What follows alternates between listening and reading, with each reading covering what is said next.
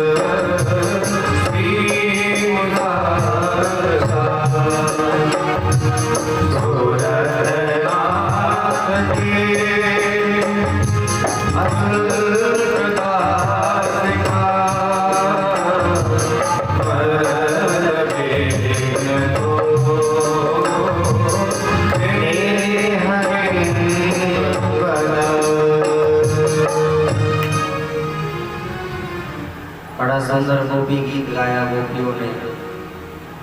सुरधनाथ दे अशुल्क दासिका।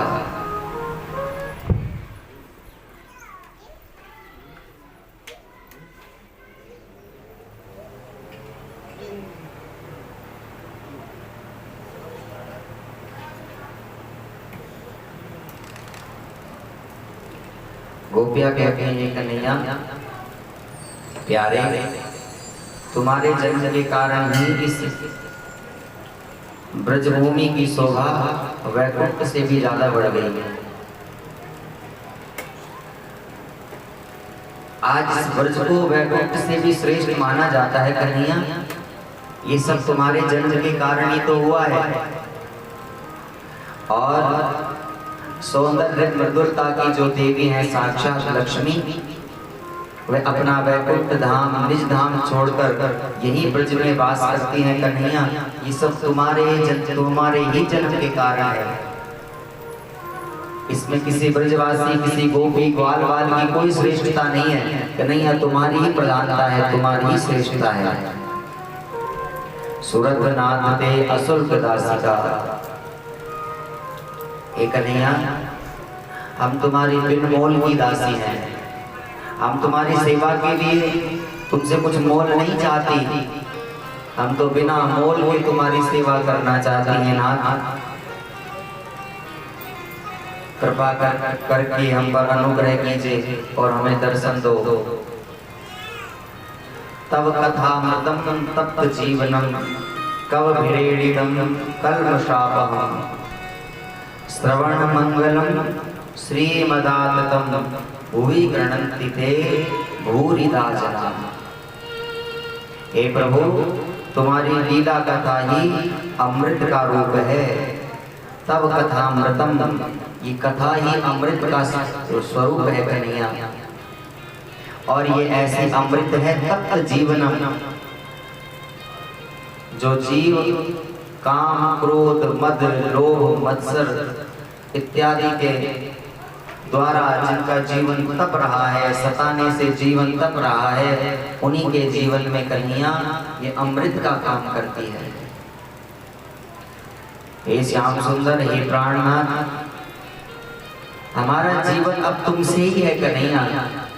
तुम्हारे बिना हम जी नहीं पाएंगे। हे प्राणनाथ, हम सबको दर्शन देने की कृपा कीजिए।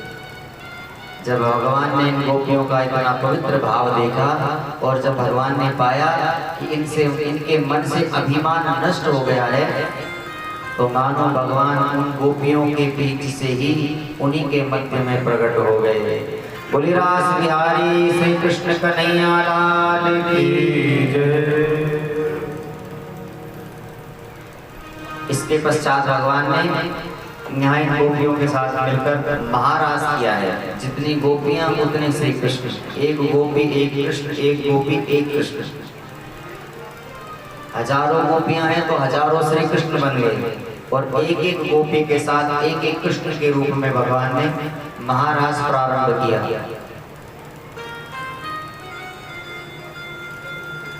रासोत्सव संप्रवृत्तो गोपी मंडल मंडितः योगेश्वरेण कृष्णेन तासां मध्ये द्वयोर्द्वयो। एक एक जोड़ा, एक कृष्ण एक गोपी एक कृष्ण, और इस प्रकार महारास होने लगा। उस महारास में सभी देवांगनाएं गोपियों का रूप धारण करके पधारी।